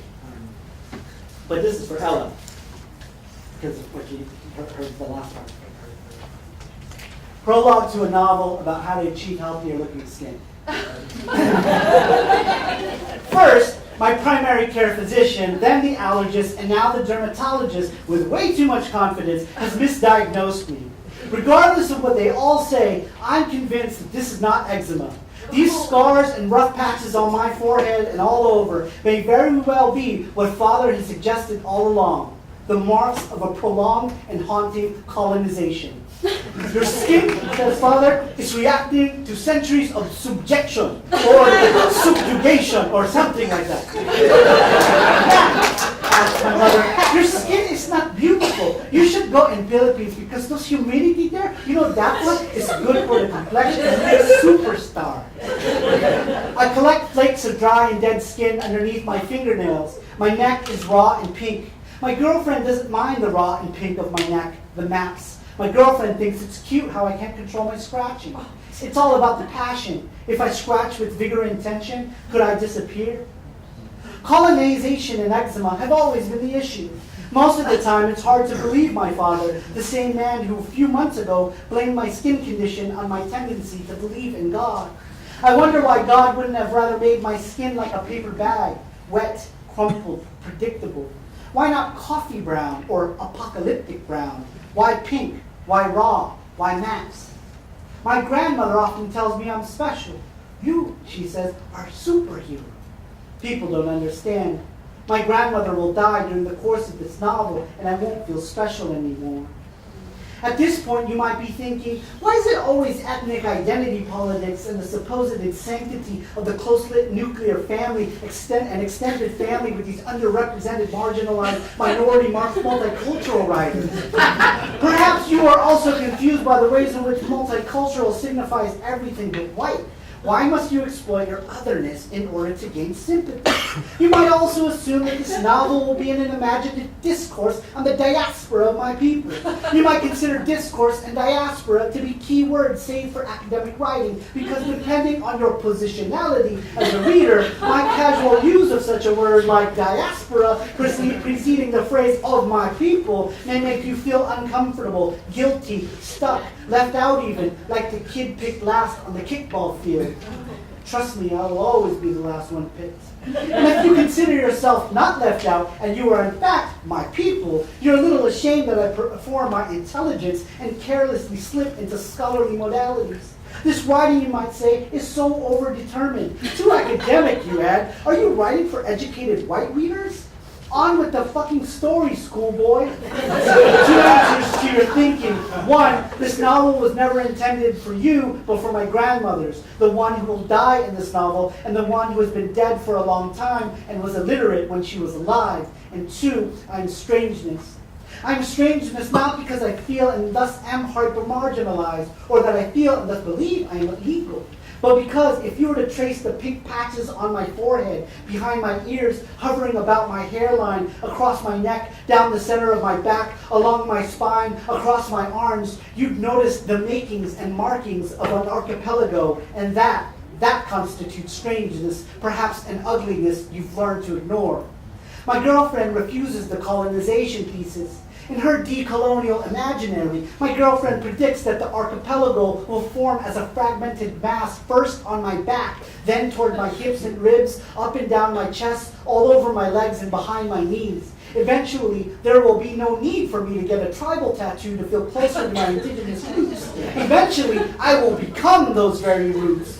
Laugh all you want at my scars, they say. Call them hickeys. Tell the world it's cancerous, it's contagious. His wounds throb and throb. Curse me, remind me that I'm nothing special. But one day, one extraordinary day, when the sunlight no longer makes my scars glow, when perspiration no longer makes me violently claw at my eyebrows, legs, and neck, when I stop scratching and learn how to sleep through the night again, I will have become my dreams, and everyone will do everything in their power to live their modest and marginal lives on what will become of me, on my skin. I shall be mud, I promise.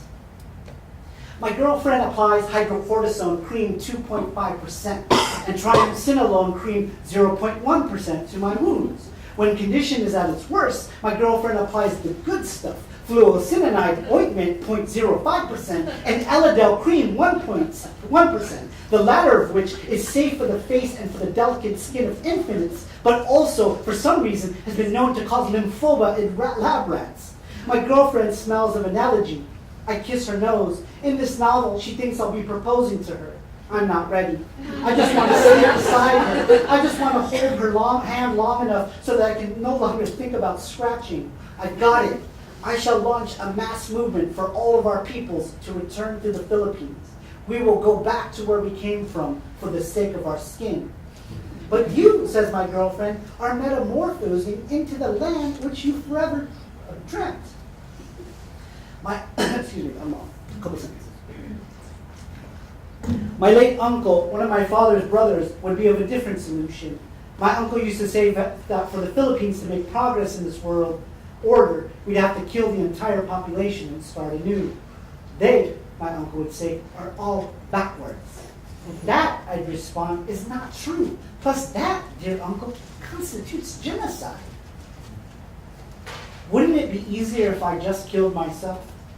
But come to think of it, if I did, in fact, go ahead and kill myself, where, oh where, would all the people live?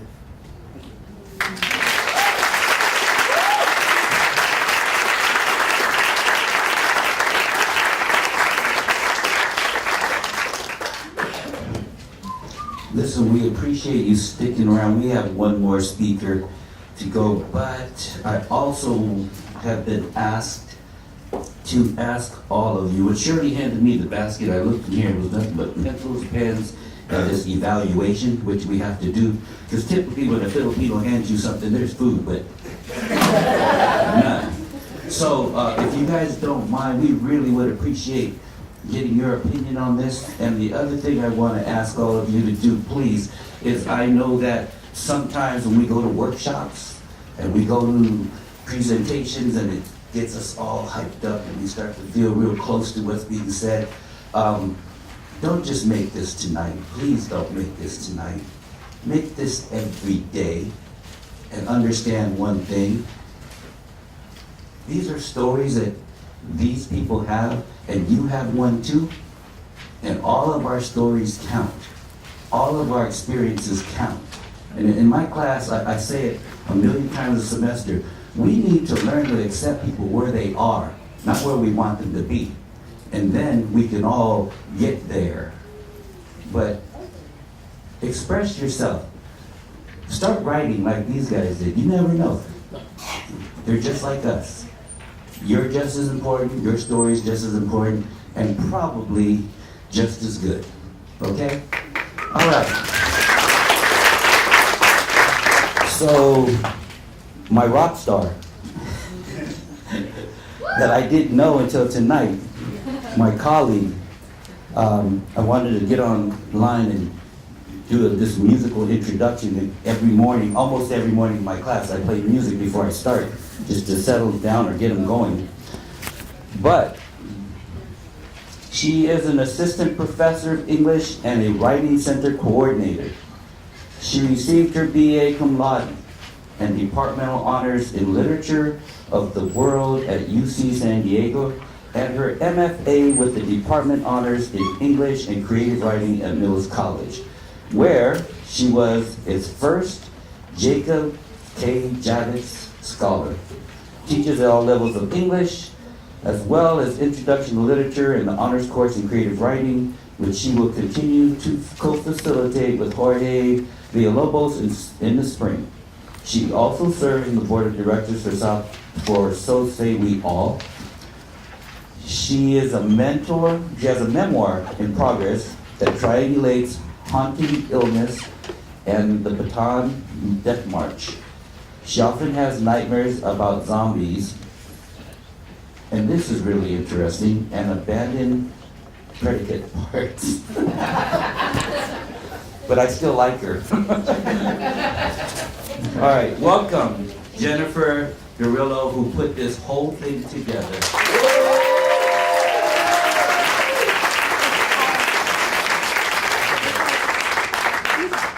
a lot of things to hold. Maybe I'll try to use my teacher, please. Okay, let's start. I'm sorry if I go a little bit over, but thank you for. Can you hear me? Is this good? Do I need a mic? Good. Okay. Okay. So, some of my colleagues have already heard this, but I like upcycle. There are some images I upcycled, meaning that this is actually a project that I'm working on with a friend who is a really good illustrator. I'm terrible at drawing. So you might see some pieces in here that are his sketches that we're trying to experiment and try something new. I do have some pieces in here that are collage because I can't draw, so I just cut things out and paste them and hope it looks good. So you'll see a mix of those things. So hopefully it's not too jarring. Okay. The night before my final chemo infusion, treatment number 12, I looked for a photo that Dad had given to me on his last visit to San Diego. In it, Lolo is 97 and I'm 6. Lolo kept this photo in his wallet, and Dad finally passed it on to me 12 years after Lolo died. I stay up past midnight, past 1 a.m., past 2, looking all over the house. No one else is awake, so I get to sit alone in the living room with one lamp on. I stare across the room, stretching my eyes. Tomorrow is the last time I have to go to the infusion center. I should be celebrating, but in actuality, I'm afraid. My oncologist says that the cancer is gone, but I'm skeptical. The body carries everything that happens to it. According to a childhood friend, her tribe believes that after a traumatic event, the spirit leaves the body. Even though you can still function, that spirit needs to be called back. She says the elders have a ritual for that. Otherwise, you're never whole again. One night over the phone, I asked my dad if he believes in ghosts. He says that he knows the mythical Philippine monsters. I asked him, that's not it, there you go. I asked him about Pasatsat. Dad thinks it's a fish, but in actuality it's the ghost of someone who was killed during World War II. Lolo fought in the Pacific Theater during World War II alongside American soldiers. Although he didn't die during the war, I can't help but wonder where his spirit might have wandered. Where it went when he and tens of thousands of other Filipino and American soldiers were forced to hike the 65-mile Bataan Death March, or when they were interned at the end of their journey.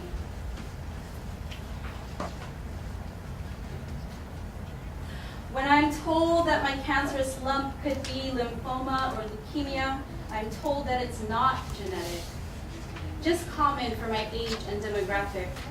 But my body knows. Lolo's history is in my blood.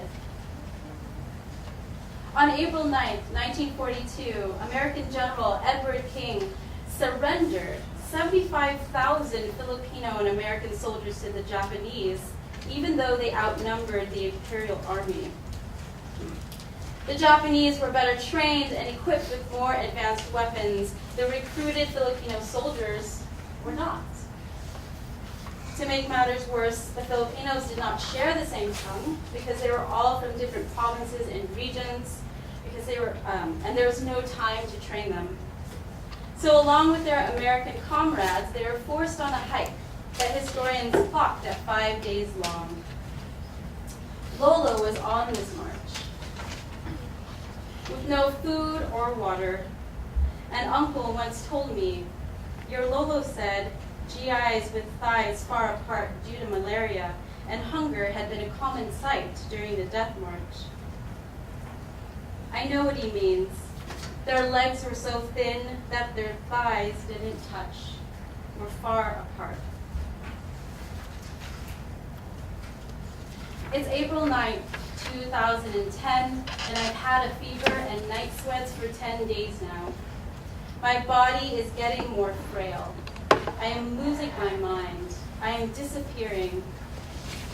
In the tub, I cry when I see my own legs floating. Have I ever been this thin? Will I stay this thin? I want to know how the muscles atrophy, how the fat melts away from the bone. My path is not hot or dusty, but it is hard. It is a march, and the time slogs on.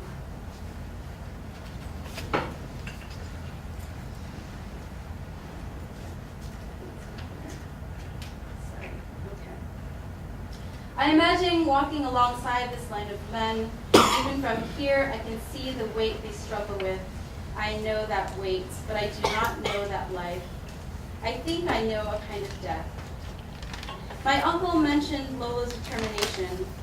He had been contemplating, he said, how he could finally perform an escape from the Japanese sentry along the horrible parade of sickly and frail Allied forces.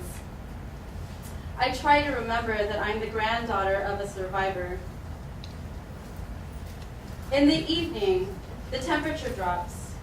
You track the days again, beginning with this night. Counting is the only way to remember that you're alive. Otherwise, you exist only to march, and that's unacceptable. The persistent heat smells like earth and death. The heat and the thirst make you hungry and crazy. Sometimes the march halts next to a stream, but your captors forbid drinking. Some men scream and jump into the water. In between gulps, men are shot. Others stab repeatedly with bayonets, but you stand your ground. These other men have no will, lapping like dogs in the ditches where the carabao wallow. Now that evening is here, your resolve increases. You know what hunger is, but you do not know this timelessness. You have never measured time by how pronounced your collarbone has become. The increasing width between each rib. You do not know despair without dignity. For the past few days, you and tens and thousands of men walk miles hunched over. From above, you imagine that the curve of each soldier's body transforms the march into a succession of question marks. You can't take it anymore. So while your captors are smoking and talking, you turn to your neighbor and say, "Let's go." But he refuses. You run anyway, feeling as if cement blocks are tied to your ankles. You taste the humidity. You are so sure that someone can hear your pounding heart, your bony limbs, your wheezing, but the ground is soft, absorbing your steps. It's dark when you reach the ditch that you passed by earlier on the march. You jump down. You lie there among the debris, ants on your stomach. You're silent, unmoving. You hear the Japanese in the camp laughing, and you wait there as if already a corpse. Dad doesn't know any of Lolo's war stories, so I have to cobble them together from his brothers, a friend's grandfather's memoir, and other survivors' accounts. I cling to these stories because I am diagnosed with blood cancer at the age of 32, I need evidence like this, which I find online.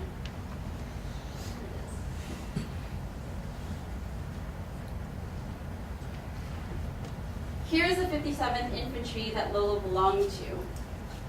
My stomach drops. He is in this photo somewhere. But zooming in degrades this JPEG. The men become pixelated beyond recognition, merging into a smear of grayscale. A historical footnote. This is the first piece of photographic evidence that links Lolo to World War II, to the Basaan Death March, to the camps, to the guerrilla fight, to his U.S. citizenship, to our family's move across great bodies of water, to the connection I am trying to trace between his history of survival and my own eventual survival. Not all of these Philippine scouts survived the march or the internment camp, but I know Lolo survived because he escaped. He is in here somewhere.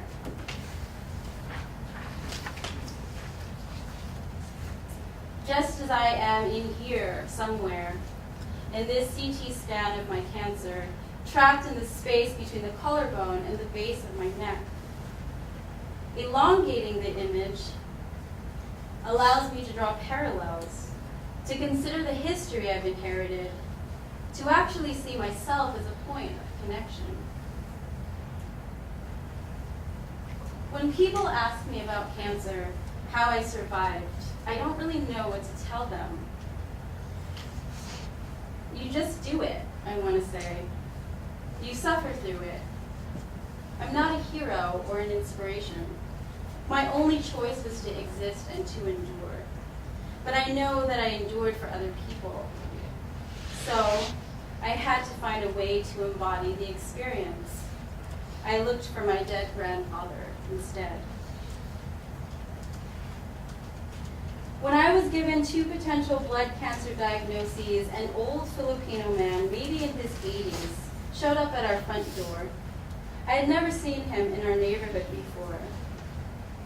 He wants to help me with yard work, Mom said. He needs to send money to the Philippines. What a cruel reversal. This old man pruning our lone lemon tree, raking leaves, trimming weeds, sometimes by himself, while I was curled up on the couch dying. Or so we thought. He toiled in the warm spring sun. I watched his small frame doing the work of young men just so that he could feel useful to his family here in the Philippines. On his break, I offered him ice-cold water and merienda in my limited Tagalog. I tried to hide my shame, my hiya. Then one day he stopped coming around, and I started chemo just like that. When I find the photo of Lolo and me, I hold it tenderly. I imagine it having been in Lolo's hand, studied the care he took to trim the edges down, on the back his shaky penmanship, our San Bernardino address. I stare at the photo, and so many things strike me. The way we pose, the way we lean, how we look into the camera, how our faces resemble each other, our restrained smiles, how we both seem to glare at Dad. I look just like him. I obsess over this photo because the history feels so heavy. Why does my face look like his? Why are we not smiling? How do I even know to make that face? I didn't talk to Lolo much. Between my Tagalog and his English, we knew very little of each other. We spent a lot of time together in silence. One summer when I was 8, I watched him rock back and forth on his favorite chair. His eyes half closed, his long brown cigarette balanced on the arm of the chair. I watched the ashes build up like a glowing white gray worm, growing longer and longer. Lolo, Lolo, wake up. Sigarilyo mo. His small black eyes fluttered open. He cleared his throat, tapped the ashes into a glass bowl, patted my arm as if to say, "Thank you, granddaughter." I had never seen Lolo smoke the cigarette, but as an adult, I know now that he just liked the smell, the ritual of it, holding it. I loved Lolo. And this makes me think about how we love, how we know whom to love, why we love, even when our interactions are limited or confined to really small moments. So perhaps if I can begin there with love, I can keep moving forward with our parallel stories. If I can prove that love, not just survival and trauma, existed between us, then I can believe in the trajectory of my own life. He once carried this photo with him, and now I return the favor. Thank you.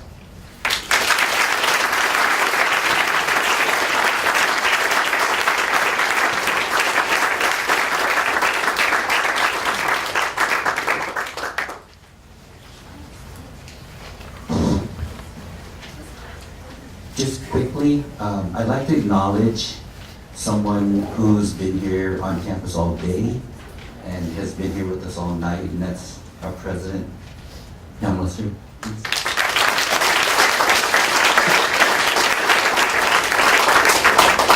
Honestly, we're very fortunate to have someone like her who she comes to almost everything, and it says a lot about her.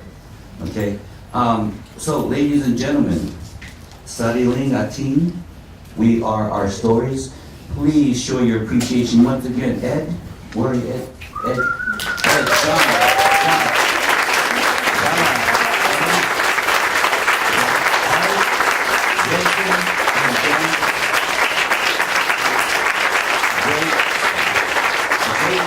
Again, I'm just going to ask you guys, this isn't just tonight.